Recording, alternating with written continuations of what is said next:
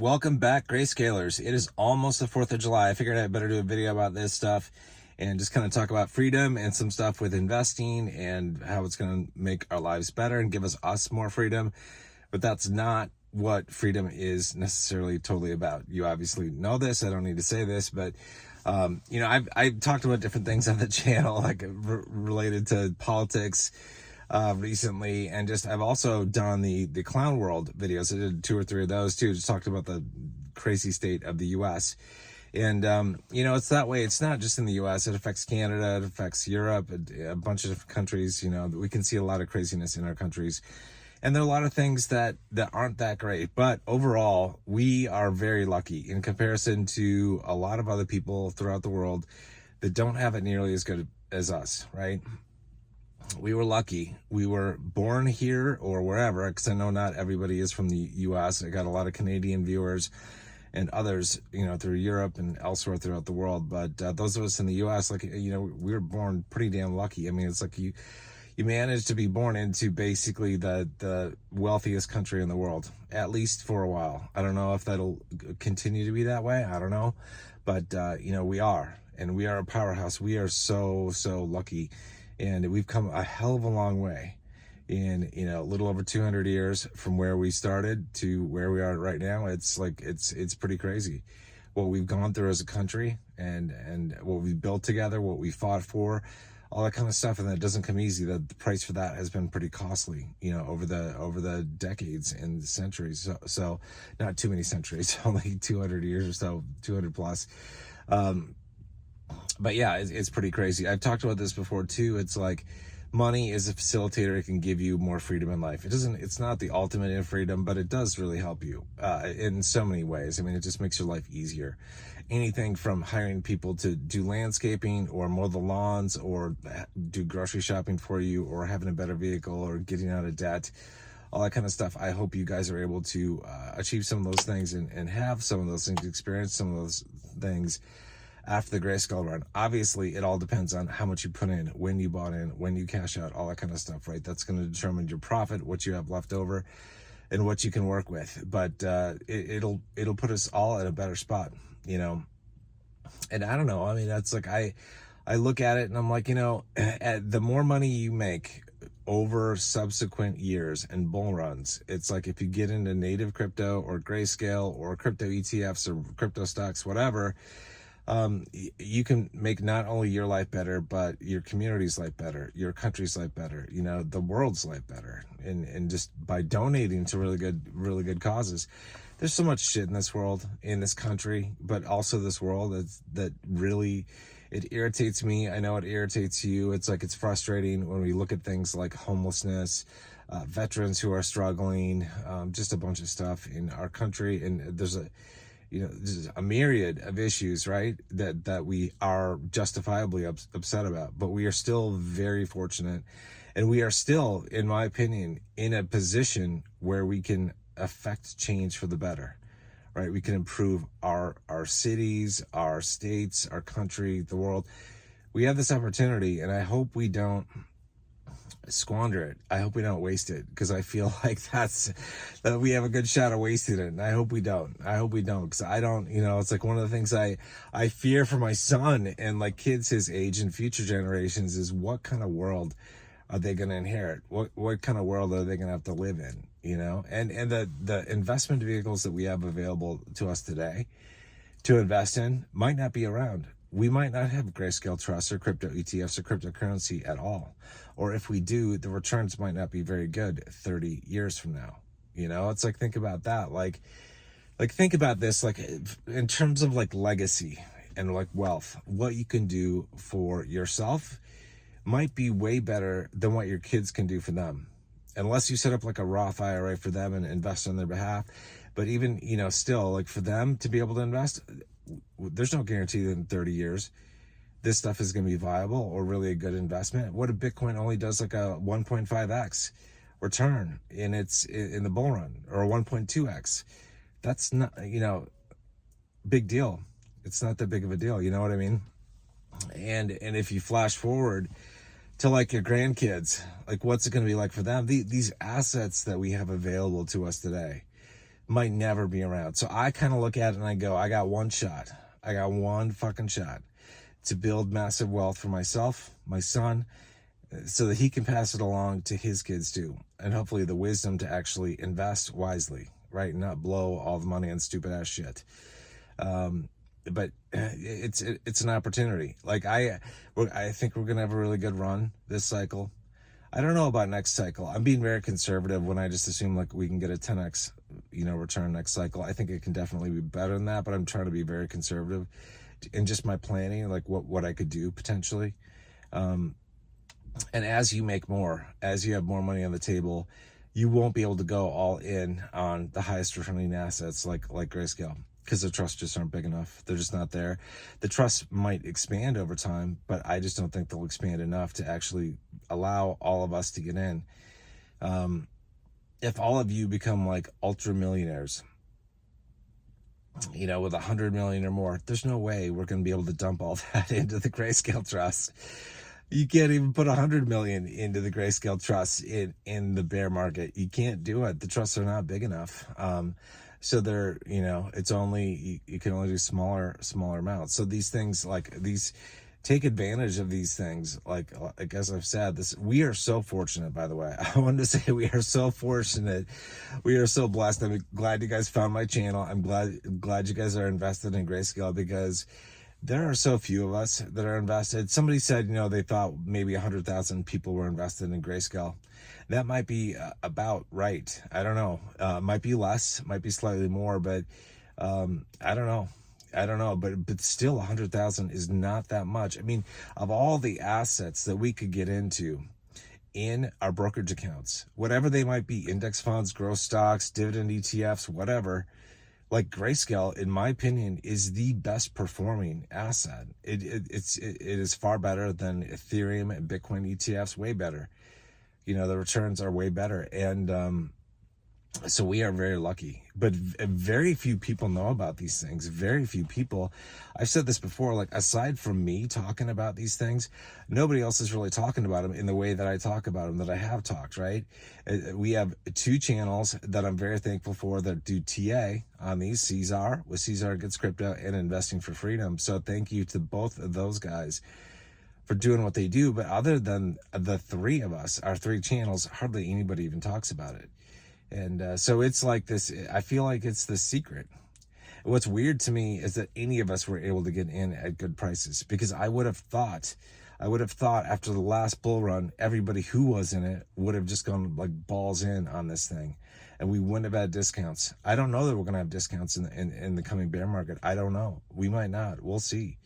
But I'm going to wait and see like what we've got. But anyway, we are very fortunate. So do not, I guess, don't take it for granted, because I don't see any faster way to rocket your wealth through a brokerage account than investing in Grayscale trusts. I don't. And it's like you can invest on your behalf and on your kids' behalf if they have like a UTMA account or a Roth, that hopefully you can get set up for them. Like if they're not old enough, by the way, like I've said this before, but just in case you haven't heard me, if they're not old enough to have earned income, what you can do is just set up a UTMA account. You can do that at any age. It is a taxable account though. So a Roth is obviously tax-free, but so when they're old enough to have some earned income, you definitely want to set up a Roth and get in on the next crypto run, whether it's in Grayscale, whether it is in crypto ETFs or crypto stocks like MicroStrategy, Coinbase, etc. You definitely want to get in, because you never know what the economy is going to look like and what the chances are for your kids are going to be. That's what I always think about. I'm like, what's the economy going to be like when my son is in his 20s and 30s? And God forbid, not God forbid, but let's say he has kids, and it's like, what's it going to be like for them? What options are going to be available? Maybe there will be phenomenal options, but you know what? Here's the way I see it. Like, crypto is the best performing asset of like all time, other than like the tulip mania, right? I mean, it's basically the best performing asset, and it's already been out there. It's not old hat yet, but it will be old hat, and it will get boring. I think the returns will get less and less and less over subsequent bull runs. So there's a limited time opportunity to make money for yourself, your kids, and extended generations. And this is generational wealth stuff. So after you've taken care of yourself, make sure you take care of your kid. And some of you might not have kids right now, but guess what? Before the next cycle, you might. So as soon as your kid is born, I would say open a UTMA account and start investing on his or her behalf. You know, even with $1,000, like put it into something like you know, for example, in the crypto run, into crypto ETFs, crypto stocks, or Grayscale, you know, something. Because we got to do that. Because my concern is here's my concern in relation to freedom, right? So we like to say in the United States that we're the land of the free and the home of the brave. I don't think that's necessarily true for the most case. Yes, in some cases, not all, definitely. We're not free. We're not really free. Try to drive your car without insurance or a driver's license or registration, see what happens. Try to add a deck to your house without a permit, see what happens. Try to go fishing without a license and see what happens. Try to buy a gun without a permit and see what happens. Try to do all these things. It's like you've got, I mean, you can buy a gun without a permit if you go to like a gun show, you're buying it from an individual. I know that. But anyway, you know what I mean? We need permission for all this stuff. We don't truly have freedom. Even if you get to the point where you pay off your mortgage, well, you don't really own that. And see, owning something to me is related to freedom, because you work your butt off to pay off your mortgage, to own the farm that you're on, to own the land that you have, the lake cabin, the home. And then if something happens, like just out of the blue, like they can up your property taxes. And if you can't pay them, guess what? The state's going to take that.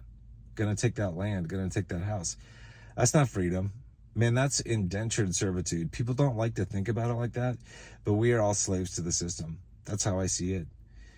Yeah, there is freedom for sure. And freedom in a relative sense to what other people have. We have enormous opportunities here, but we are still slaves to the system. And the system is driven by money, like it or not. There are some people that don't want to become wealthy. They think money is a bad thing.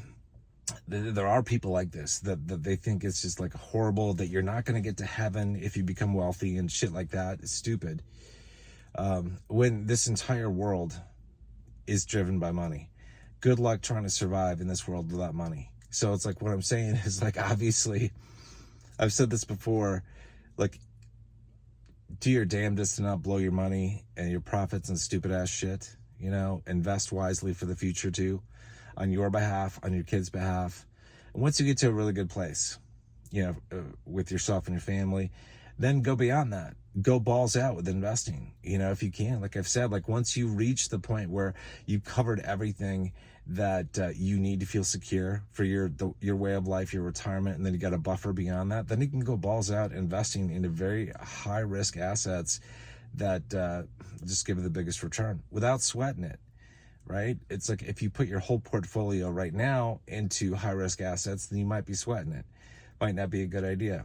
But if you already have your bases covered, if you're good to go, then you can go everything beyond that. You can go full on into something, and that allows you to make the world a better place. That allows you to contribute, you know, to really great organizations that help make the world a better place. Because, you know, here's the thing, like I don't really want to do this.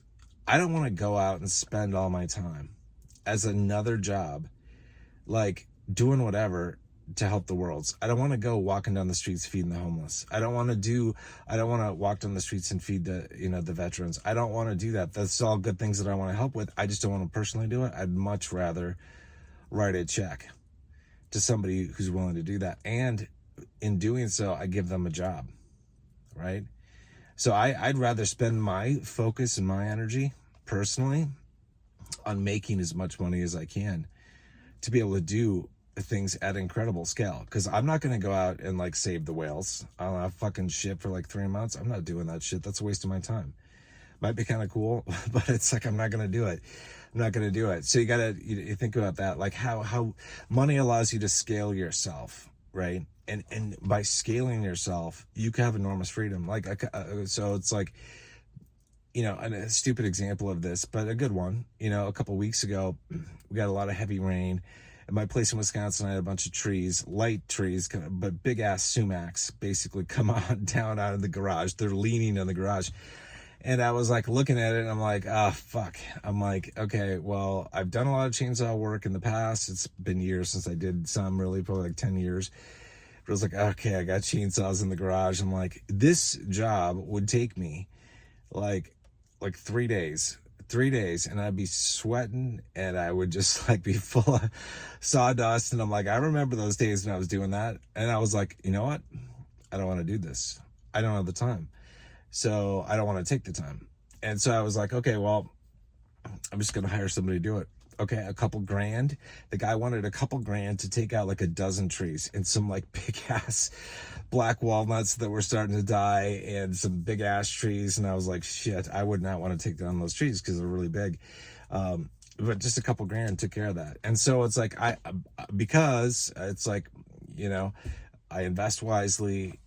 I'm able to do that, and I don't have to do the legwork, right? And that's and just like I don't have to mow the lawn.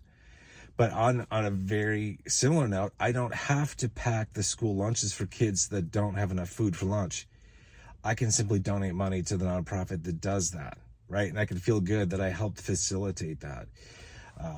So anyway, think about that kind of stuff, you know, the bigger stuff. And I know many of you probably wouldn't be in this situation where you could donate a ton, you know, till next cycle or maybe the cycle after, but just think about it. Like, why are you investing? Why are you willing to take the risks that you do? You will see me take big risks with my portfolio moving forward, because it's like, okay, well, what's the worst case that's going to happen?